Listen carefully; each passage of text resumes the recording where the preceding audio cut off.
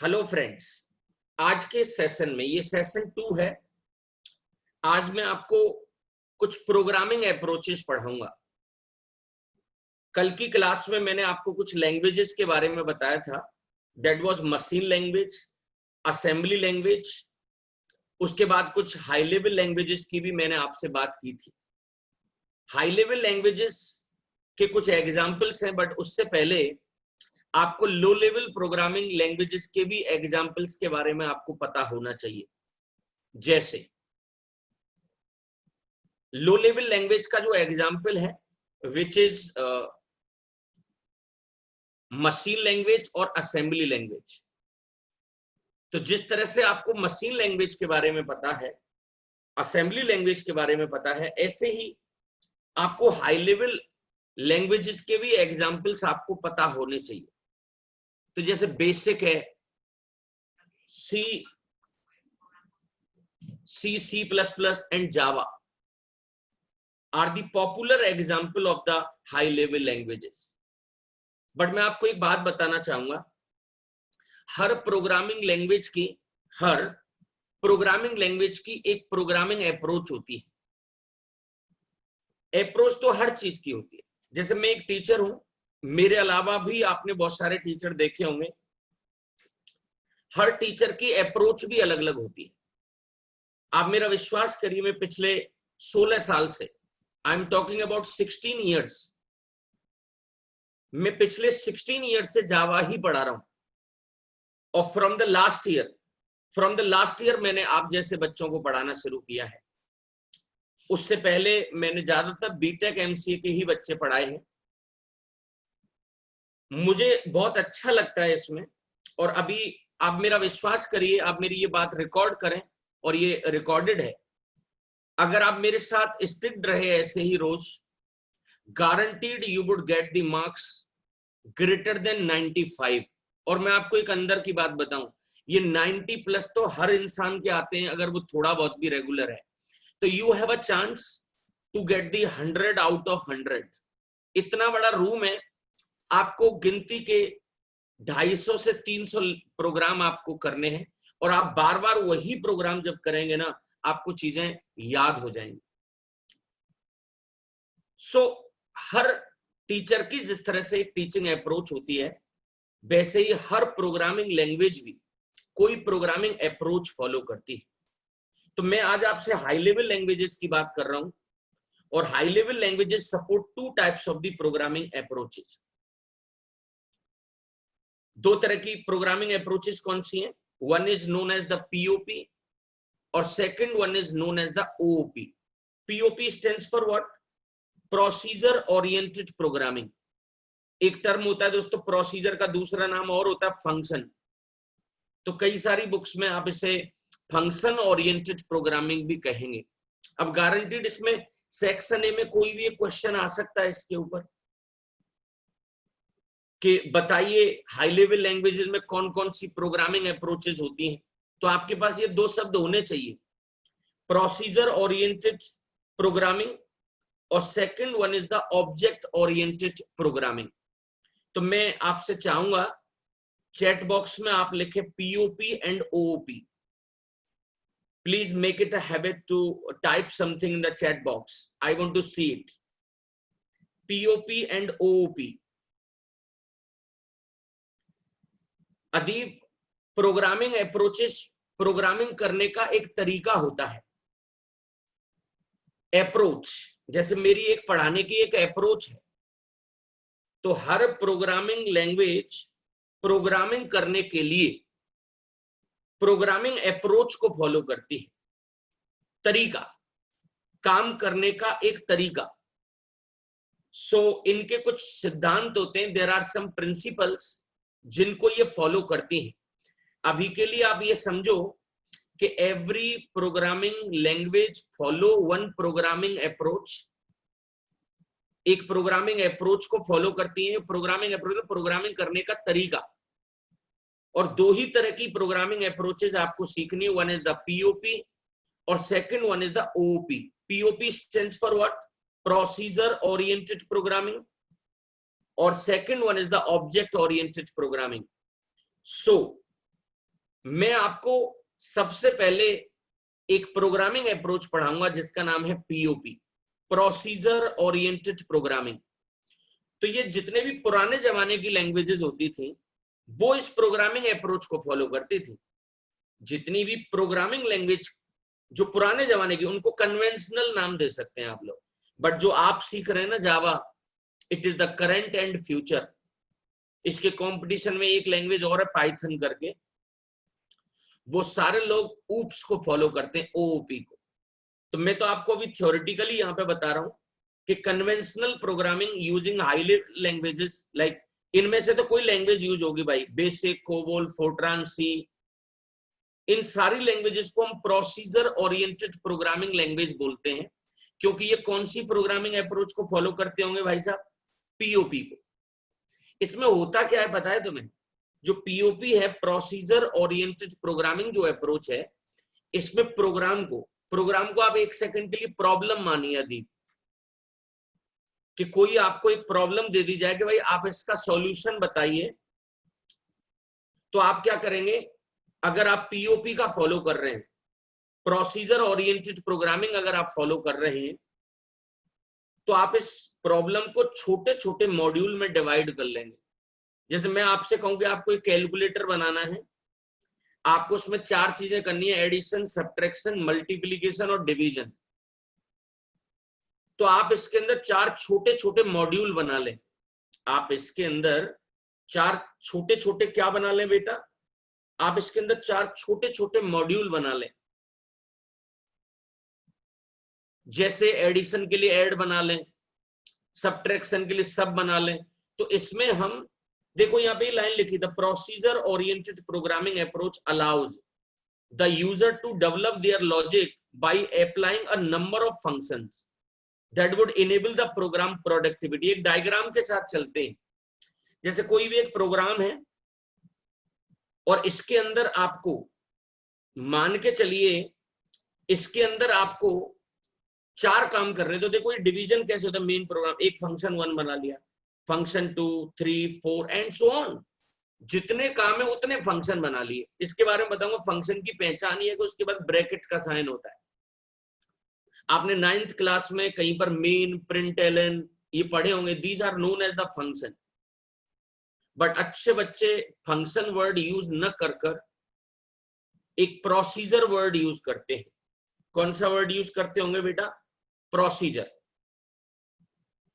अब आपको एक चीज और बताना चाहूंगा। जैसे फंक्शन 2 को फंक्शन 5 की जरूरत है, तो function 2 can call the function 5। जो फंक्शन 2 है ना, वो फंक्शन 5 को भी कॉल कर सकता है। Function 2 can call the function 5। अब जैसे फंक्शन 6 को फंक्शन 4 की जरूरत पड़ गई, ऐसा नहीं है कि भाई 2 ही 5 को कॉल करा छोटे से बड़े की तरह। नो, कोई भी फंक्शन जरूरत पड़ने पर किसी को भी कॉल कर सकता है। अब इनका भी एक डेजिग्नेशन होता है। जो कॉल कर रहा होता है उसे कुछ और कहते हैं, जिससे किया जाता है उसे कुछ और कहते हैं।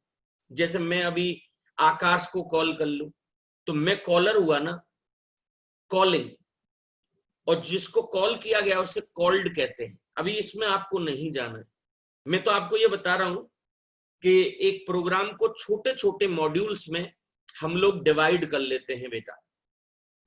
दीज प्रोसीजर्स, दीज फंक्शंस, मैंने आपको बताया था कि प्रोसीजर और फंक्शन एक ही बात है। These function can be called anywhere between the program hierarchy and by other functions as well. आप इन फंक्शंस को कहीं से भी, एक से दूसरे से तीसरे पे कहीं पर भी आप इनको कॉल करा सकते हैं। These functions can be called anywhere between the program hierarchy and by other functions as well. आप इनको कहीं से भी कॉल करिए। ये मेरा मेन प्रोग्राम है, वही वाली चीज कॉल करने वाली बात बताई जा रही है। जिधर से ये एरो चल रहा है वो कॉल कर रहा है। अब जैसे फंक्शन 2 को मैं यहाँ पे कॉलिंग कहूंगा और फंक्शन 5 को मैं कॉल्ड कहूंगा, बट आपको अभी ये नहीं सिखाना चाहता था मैं। बट देखिए हर चीज का कोई प्रिंसिपल होता है, right? Procedure oriented programming procedure oriented programming works on the following principle. Procedure oriented programming works on the following principle. ये कुछ प्रिंसिपल सिद्धांतों पर काम करता है। क्या सिद्धांत है? पहला सिद्धांत देखिए इसका, प्रोग्राम को ही प्रॉब्लम कहा जाता है भैया, या प्लूरल वर्ड यूज कर लिया है मैंने, programs. Programs are divided into the smaller modules. Modules का मतलब होता है आदि पार्ट्स। आप प्रोग्राम को छोटे छोटे पार्ट्स में, आप प्रोग्राम को छोटे छोटे पार्ट्स में डिवाइड कर लेते हैं, जिनको बेसिकली हम लोग फंक्शंस कहते होंगे। जैसे आप देख रहे हैं ना, programs are divided into the smaller modules. Calculator की आपसे बात कर रहा था मैं आपसे थोड़ी देर पहले। आप कैलकुलेटर के लिए आप एडिशन के लिए अलग बना लो, सब्ट्रैक्शन के लिए अलग बना लो, ऐसे आप कर सकते हैं ना। और थोड़ा सा मैं इसमें और बताना चाहता हूं, दो तरह का डेटा होता है, एक होता है लोकल डेटा और एक होता है ग्लोबल डेटा। अगर कोई चीज घर घर में ही है वो लोकल हो गई, जो सबको अवेलेबल हो जाए उसे ग्लोबल कहते होंगे, उसे बेसिकली हम लोग क्या कहते होंगे बेटा? ग्लोबल। तो मैं आपको दो टर्म सिखाना चाहता हूं यहाँ पे। I am going to explain two term. यहां पर मैं आपको दो शब्द सिखाऊंगा, वो कौन कौन से टर्म होंगे उन्हें आप समझिए please. One is the local data और second one is the global data. Local data वह डेटा होता है जो फंक्शन के अंदर होगा। जैसे मैं आपको थोड़ा सा एक डायग्राम के वाया ये चीज समझाना चाहता हूं। मान के चलिए आपने कोई एक फंक्शन बनाया, मैं जानता हूं आपको अभी फंक्शन बनाने की कम समझ होगी, बट मान के चलिए मैंने लिखा यहाँ पे वॉइड माई मेथड। ये कोई मेरा मेथड है और मेथड की पहचान क्या होती है? ब्रैकेट का साइन। और आपने इसमें कोई वेरिएबल बना लिया, मान के चलो int x is equal to 10। आपने यहां पर आके कोई वेरिएबल एक बना लिया, राइट, और यहां पर आके इसे बंद कर दिया। अब मैं इस x के बारे में बात करूं तो ये मेरा लोकल वेरिएबल है। कैसा वेरिएबल होगा बेटा? Local variable. आप ये समझ लीजिए इस x को आप यहां से लेकर और यहीं तक यूज कर सकते हैं। बट मैं अगर आपसे कहूं कि सर आप ग्लोबल डेटा या ग्लोबल वेरिएबल के बारे में थोड़ा सा बताइए, तो ऐसा कोई भी वेरिएबल, जैसे मैंने इंट बाई करके यहां पर 20 लिख लिया, ऐसा कोई भी वेरिएबल जो कि फंक्शन के बाहर है, ऐसा कोई भी वेरिएबल जो फंक्शन के बाहर है उसे ग्लोबल वेरिएबल या ग्लोबल डेटा कहेंगे। फायदा क्या होता है भाई इसका? जो ग्लोबल डेटा होता है उसे हम किसी भी फंक्शन में यूज कर सकते हैं। तो लोकल डेटा जो होता है ना, वो तो मछली की तरह हो गया, जैसे पानी में मछली हो। आपने कभी सुना होगा कि मछली जल की रानी है, बाहर निकालोगे तो मर जाएगी। तो आप इस x को इसके बाहर यूज नहीं कर सकते। It is absolutely wrong. यह बिल्कुल गलत है। ये वाली जो चीज है वो बिल्कुल गलत है। तो मैं तो आपसे ये रिक्वेस्ट करूंगा कि आप ये समझें, the function share the global data, the data move freely from one function to the another function. जब कोई ग्लोबल वेरिएबल बना होगा तो उसे आप किसी भी फंक्शन में यूज कर सकते हैं। तो मैं आपसे बस दो शब्द चाहता हूं, one is the local data और second one is the global data. मैं आपको एक बार रिपीट कर देता हूं इसी चीज को आकाश। लोकल डेटा वह डेटा होता है, लोकल डेटा वह डेटा होता है जो फंक्शन के अंदर होता है, और ग्लोबल डेटा वह डेटा होता है जो फंक्शन के बाहर होता है। अगर आपको ये बात समझ में आ गई कि फंक्शन के अंदर वाली चीज को लोकल और फंक्शन के अंदर वाली चीज को ग्लोबल कहते हैं, तो आप प्लीज आप एक बार चैट बॉक्स में लिखिए local and global, local and global. I want to see it. Ambar, Adeeb, yes Ambar, yes, okay great Adeeb, L and G, great. Local and global. So I hope थोड़ा थोड़ा आपको ये समझ में आ रहा होगा शायद। इस डायग्राम से यहाँ पे ये दिखाने की कोशिश कर रहा हूं कि जो ग्लोबल डेटा होता है ना, वो फ्रीली किसी भी फंक्शन में आपको यूज करने को मिल जाता है। कोई देयर इज नो रेस्ट्रिक्शन, कोई यहाँ पे रेस्ट्रिक्शन ही नहीं है। The diagram illustrate that the data values have no restrictions. The diagram illustrate that the data values have no restrictions on their use in different functions of the program. जो ये diagram है, the diagram illustrate that the data values have no restrictions on their use in the different functions of the program. So features की बात करते हैं इसकी। I'm talking about some like qualities of the POP। ये features of POP हैं। यहाँ पर सबसे ज्यादा जो स्ट्रेस दिया जाता है वो फंक्शंस पे दिया जाता है।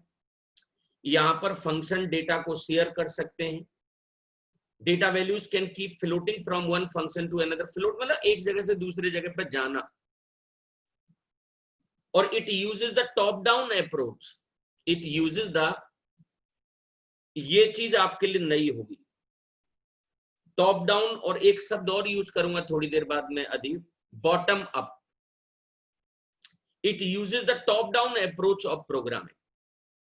इसके बारे में मैं आपको बताऊंगा, बट आप एक बात तो मेरे कहने से यहाँ पे ये याद रखना कि पीओपी में जो स्ट्रेस होता है, स्ट्रेस, ये लाइन बड़ी इंपॉर्टेंट है, जो स्ट्रेस होता है वो फंक्शंस में होता है। सो मुझे वैसे इसकी कमियां आपको डिस्कस करनी है।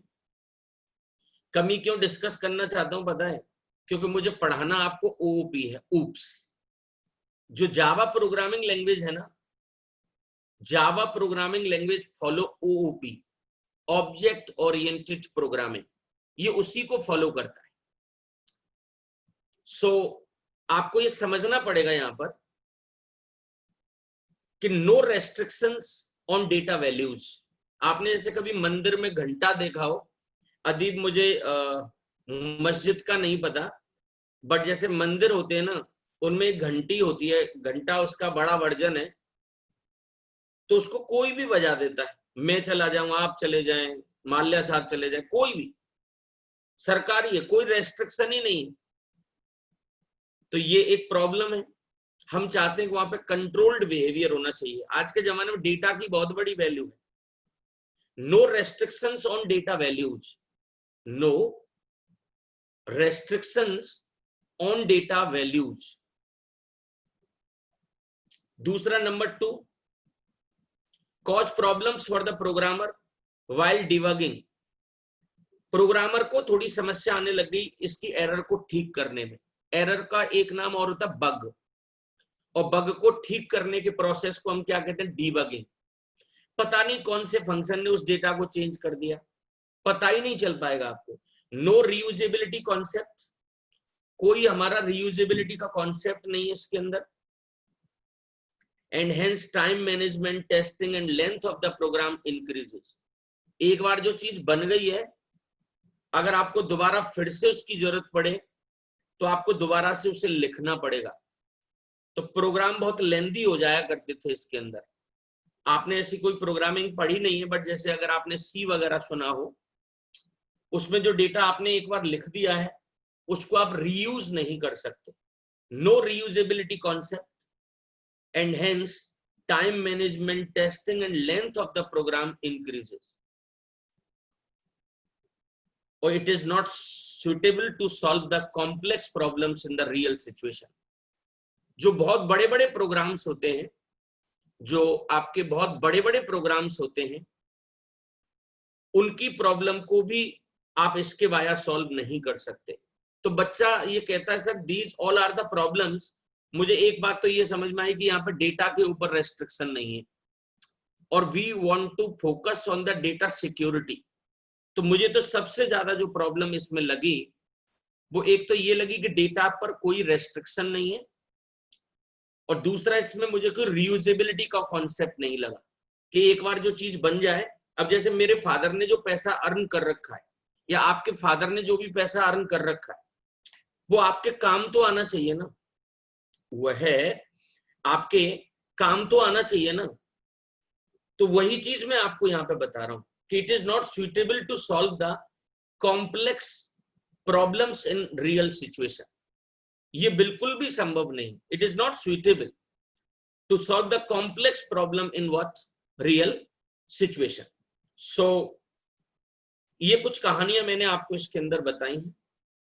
इन सारी समस्याओं को दूर करने के लिए एक नया अप्रोच आया, object oriented programming, to overcome the limitations of the procedure oriented programming. The object oriented language have been introduced. और मैं आपको बता दूं, ऊप्स में जो फोकस है ना, stress is put on what data values rather than what functions. तो जिस तरह से पीओपी, प्रोसीजर ओरिएंटेड प्रोग्रामिंग को प्रोसीजर ओरिएंटेड प्रोग्रामिंग को फॉलो करने के लिए, प्रोसीजर ओरिएंटेड प्रोग्रामिंग को फॉलो करने के लिए जैसे बेसिक थी, कोबोल था, फोर्ट्रान था और सी था, वैसे ही ऑब्जेक्ट ओरिएंटेड प्रोग्रामिंग को अप्रोच करने वाली कुछ लैंग्वेजेस के मैं आपको नाम बता रहा हूं। वो कौन कौन से नाम हैं बेटा? वो नाम यहाँ पर जावा है, C++ और पाइथन है। आप लोग जिस तरह से जावा सीख रहे हैं, जो सीबीएसई के जो फ्रेंड्स होंगे आपके, जो सीबीएसई बोर्ड से 10th कर रहे होंगे, वो लोग फिर किसका यूज करते होंगे? पाइथन का। वो लोग किसका यूज करेंगे बेटा? पाइथन का। उम्मीद करूंगा ये पॉइंट आपको समझ में आ रहा होगा। जावा, C++, पाइथन। सो ये कुछ कहानियां थी जो मैंने आपको इसमें समझाई हैं। अब आपको मैं यहाँ पर डेटा की सिक्योरिटी की बात कर रहा हूं कि how we provide the security in this one, the data values of an object. अब ये ऑब्जेक्ट एक नई चीज आ गई है, राइट? अब मैं अदीब आपको आगे चल के बहुत विस्तार से पढ़ाऊंगा what is all about object, but अभी फिलहाल के लिए ऐसा समझ लो कि ऑब्जेक्ट वो हर चीज होती है जिससे आप यूनिकली आइडेंटिफाई कर सकते हो, जिससे आप यूनिकली, जैसे आप ऑब्जेक्ट, मैं एक ऑब्जेक्ट हूं। हमें कोई हो सकता है नाम से भूल जाए, बट शकल से तो याद रहते हैं नाम इंसान को। The data values of an object are applicable only within the functions associated with that object. The data values of an object, the data values of an object are applicable only within the functions associated with that object. जो data values है ना, the data values of an object are applicable only within the function। देखिए ये एक object है। अभी मैं ये बढ़ाने की कोशिश नहीं कर रहा कि जैसे आप ऑब्जेक्ट हो गए तो आपकी हाइट, आपकी विड्थ, आपका नाम, आपका कॉम्प्लेक्शन, ये आपका डेटा होता है। बट आपका बोलना, आपका देखना, आपका चलना, ये आपके फंक्शंस होते हैं। अभी मैं उसमें जाना नहीं चाहता। आप तो ये समझो ये ऑब्जेक्ट एक घर है। घर, उसका जो सामान है, बोतल, फ्रिज, ये सारी चीजें जो होती है वो डेटा हो गया।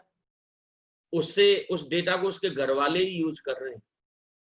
ऐसा नहीं है कि आपका घर ये और ये किसी दूसरे का घर है, आप किसी दूसरे के डेटा को और या ये बंदा इस डेटा को यूज नहीं। घर का मामला समझो भाई। तो फिर अगर हमें दूसरे के घर से कुछ चाहिए होता है तो कैसे मिलता है? उसका जवाब मैं देना चाहूंगा। वो मिलता है जब आप उसके घर के इंसान से बात करते हो जाके। तो वन ऑब्जेक्ट का data can not be used directly by the another object. देखिए ये वाला फंक्शन इस डेटा को डायरेक्ट यूज करने की बात कर रहा है, जो नहीं हो सकता। तो फिर डीडी सर सॉल्यूशन क्या है इसका? घर वाले बात करते हैं एक दूसरे से, तो मैं आपको ये बताना चाहूंगा इस केस में डेटा तो प्रोटेक्टेड है भाई। In this way the data is protected, data is protected and secured from being traveled by the external resources। देखिए ये एक ऑब्जेक्ट है, ये डेटा हो गया, ये फंक्शन हो, ये फंक्शन इस डेटा को यूज कर सकता है। ये ऑब्जेक्ट है, ये डेटा है और ये मेरा फंक्शन है। I am talking about this. तो इस वाले डेटा को ये वाली चीज यूज कर पा रही है, दिस वन, ये मेरा डेटा है और दिस इज द फंक्शन। तो मैं आपको बस ईमानदारी से ये बताना चाहता हूं कि जब भी कभी एक ऑब्जेक्ट दूसरे ऑब्जेक्ट से कम्युनिकेट करता है तो वो वाया फंक्शन करता होगा भाई, वह वाया क्या करता होगा, फंक्शंस। उम्मीद करूंगा ये पॉइंट आपको समझ में आएगा। In this way the data is protected and secured from being travelled by the external resources. So data values of an object can only be used within the function of the same object। यही तो कहानी कह रहा है। मैं तो चाहूंगा कि आप इसका एक छोटा सा डायग्राम यहां पर आपको लगाना चाहिए, या ऐसा करता हूं उसे यहां पर रख देता हूं, राइट, और इसे छोटा बनाइए बिल्कुल आप ऑन दिस प्लेस। आपको मैं जस्टिफाई करने की कोशिश कर रहा हूं कि एज सच इसके अंदर क्या दे रखा है। See, data values of an object can only be used within the function of the same object, यानी कि एक ही ऑब्जेक्ट का फंक्शन ही तो उस डेटा को यूज कर पा रहा है। They are not directly accessible to the other object of the program. दूसरा ऑब्जेक्ट उस डेटा को डायरेक्टली यूज नहीं कर पाएगा। However the object can communicate with each other through what, एक ऑब्जेक्ट दूसरे ऑब्जेक्ट से बात कर सकता है। जैसे आप देखते होंगे, जैसे आपको मुझसे कोई काम है तो आप कम्युनिकेट तो करेंगे ना, या आप कल के लिए आप कोई बाइक चला रहे हैं और आप एक जगह से जब दूसरी तरफ मुड़ते हैं तो आप इंडिकेटर देते हैं। तो एक तरीके से वो बाइक भी तो कम्युनिकेट कर रही है ना दूसरे बाइक वाले को कि भाई मैं इधर टर्न करना चाहता हूँ। ऐसे थोड़ी कि आप अचानक से किधर भी मोड़ देते होंगे, ये चीज तो नहीं होती है। तो इसके फीचर्स क्या है भाई, आप 2-3 लाइन समझें। एक तो मेरे लिए सबसे इंपॉर्टेंट लाइन यहां पर अगर कोई है तो oops stress on data items, oops stress on the data items rather than what functions। it makes the complete program by dividing into the, it makes the complete program dividing. Please, वहां पर programme functions में divide हो रहा था, वहां पर programme किस में डिवाइड हो रहा था, फंक्शंस में, जो छोटे छोटे मॉड्यूल्स थे। और यहां पर जो प्रोग्राम डिवाइड हो रहा है ना, I am talking about here, तो यहां पर जो प्रोग्राम डिवाइड हो रहा है वो छोटे छोटे ऑब्जेक्ट्स में हो रहा है। It makes the complete program by dividing into the number of objects. So the concept of data hiding, the concept of data hiding enhances the security in the programs। जो concept of data hiding है, I am talking about this one, the concept of data hiding enhances the security in programs। data values are what secured, the concept of data hiding enhances, इसमें security तो बढ़ी, data secure हुआ, अब आप data को miss handle नहीं कर सकते। और it is highly beneficial to solve the complex problems, यानी कि जो समस्याएं पीओपी की थी, प्रोसीजर ओरिएंटेड प्रोग्रामिंग के अंदर जो प्रॉब्लम्स थी, प्रोसीजर ओरिएंटेड प्रोग्रामिंग के अंदर, उनको सॉल्व किया गया ऑब्जेक्ट ओरिएंटेड प्रोग्रामिंग के अंदर। उनको सॉल्व कहां किया गया, ऑब्जेक्ट ओरिएंटेड प्रोग्रामिंग के अंदर। यहां पर कुछ मैं डिफरेंसेस पढ़ाने की कोशिश करूंगा। Difference between procedure oriented programming and object oriented programming, difference between procedure oriented programming and object oriented programming. ये कुछ डिफरेंसेस हैं between what, POP and OOP. तो आपने दोनों पढ़ ली हैं, थोड़ा सा मैं आपको इसके बारे में बताना चाहूंगा। जैसे क्राइटेरिया क्या है, डिवाइडेड इनटू, ये लास्ट है, इसे आप ध्यान से सुने प्लीज। अभी हम छोटे छोटे ऑप्स में चलेंगे। जब हम कोई प्रोग्राम बनाते हैं हमें तब ज्यादा इंटरेस्ट डेवलप होता है बट आपको जो शुरू के 40 मार्क्स है ना, उसकी भी आपको तैयारी मेरी समझ में करनी चाहिए। तो मैं आपको ये बताना चाहूंगा, जो पीओपी है उसमें प्रोग्राम डिवाइड किस में होता है, फंक्शंस में, और ओओपी है उसमें प्रोग्राम डिवाइड किस में होता है, ऑब्जेक्ट्स में। मैं जानता हूं आपको अभी हो सकता है फंक्शन की डेफिनेशन नहीं आती हो, तो function is the set of statements to perform a specific task. Function set of one or more statements होता है जिससे हम कोई विशेष प्रकार का काम कर सकते हैं, और इसके सबसे बड़ी पहचान ये होती है उसके बाद ब्रैकेट का साइन होता है। जो ऊप्स होता है उसमें प्रोग्राम को हम किस में डिवाइड करेंगे, ऑब्जेक्ट में। अभी मैं आपको इसकी डेफिनेशन में लेके नहीं जाना चाहता हूं, आगे चल के कोई टॉपिक पढ़ाऊंगा, elementary concept of class and objects. Importance, POP के अंदर जो इंपॉर्टेंस है वो डेटा को नहीं है, किसको है, फंक्शंस को। देखिए कह रहा है ये कि importance is not given to the data but to the functions. Importance is not given to the data but to functions as well as sequence of actions to be done. In POP, importance is not given to the data. जो POP है ना उसमें हम importance नहीं दे रहे हैं, is not given to the data but to the functions. यहां पर जो importance दी जाती है वो function को दी जाती है, और यहां पर जो importance है ना बेटा, वो data को दी जाती है rather than procedure or function, because it works as a real world. जो अप्रोच है वो रियल लाइफ से रिलेटेड। ये लाइन आपको थोड़ी सी तकलीफ देगी कि POP follow the top down approach और OOPs follow the bottom up approach. मैं आपको ये वायदा कर रहा हूं कि आपको इसे मैं प्रॉपर समझाऊंगा, और कल की क्लास में थोड़ा सा टॉप डाउन और बॉटम अप के बारे में समझेंगे। ये मैंने अलग से इसके लिए प्रॉपर स्लाइड बना रखी है। डेटा मूविंग, पीओपी में तो डेटा ग्लोबल था ना, कहीं पर भी फ्रीली मूव कर रहा था from one function to another function. मैंने एक एग्जांपल दिया था, मंदिर में जैसे घंटा होता है उसे कोई भी बजा देता है। In POP data can move freely from function to function in the system, but in OOP objects can move and communicate with each other through what, member functions. In OOP, objects can move and communicate with each other through what, member functions. Data hiding, POP does not have any proper way of hiding the data, so it is less secure. POP जो होता है ना, POP यहां पर data को hide करने का कोई तरीका नहीं, इसीलिए इसको कम सिक्योर कहा गया है।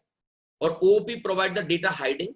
डेटा को कैसे सिक्योर किया जाता है मैं आपको आगे चल के इनकैप्सुलेशन करके कोई चीज पढ़ाऊंगा, इनकैप्सुलेशन, यहां पर सिक्योरिटी ज्यादा है। तो थ्योरेटिकली आज के लिए हम इतना ही रखेंगे, कल की क्लास में मैं आपको टॉप डाउन और बॉटम अप अप्रोचेस पढ़ाऊंगा।